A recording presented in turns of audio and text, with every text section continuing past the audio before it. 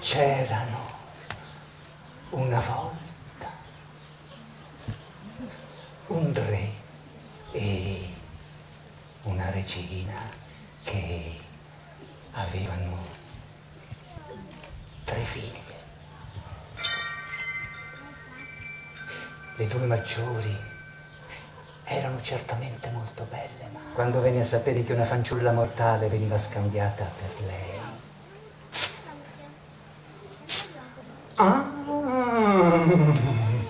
ma guarda un po' se io non devo dividere gli oneri che spettano la mia maestà con una ragazzina intrigante. Ma non mi chiamo più se non la faccio pagare e non punisco come merita quella sfacciata. Cupido amore, figlio mio, ascoltami. Tua madre è stata gravemente offesa. Una fanciulla mortale di nome Psiche si fa adorare come se fosse me, come se fosse Venere, si fa adorare la truffatrice. Non posso tollerare questa offesa, ti scongiuro. Amore, figlio mio di lei. Portami dall'oracolo, padre. Portami dall'oracolo.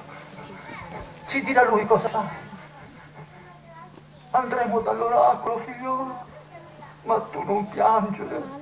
Mi raccomando, non piangere. Padre, ci vuole ancora molto. Sono così stanca. Siamo arrivati, figliola. Ora taci e ascolta. Oracolo! Vengo per mio figlio, oracolo. È bellissima. Eppure nessuno la vuole sposare. Che devo fare? Oracolo, dimmelo tu. Ti ascolto.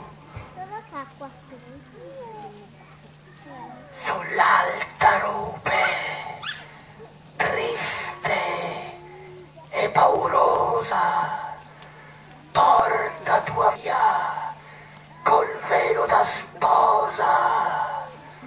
Un mostro terribile avrà per marito, un essere immondo, maligno, infinito. Sull'alto della rupe, tu non prestare orecchio ai loro pianti e ai loro lamenti, anzi, non ascoltarli proprio. Ma perché? Cosa mai potrà succedere?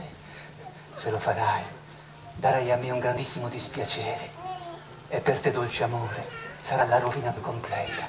Ma perché? Ti prego, dolcissimo meritino mio, per l'amore che ti porto. Lascia che il tuo delizioso vento zefiro prenda anche loro tra le sue braccia e le porti qui come ha fatto con me. Va bene, Psiche, va bene, ma tu stai attenta. Mi raccomando, stai attenta. Vogliono soltanto la tua rovina.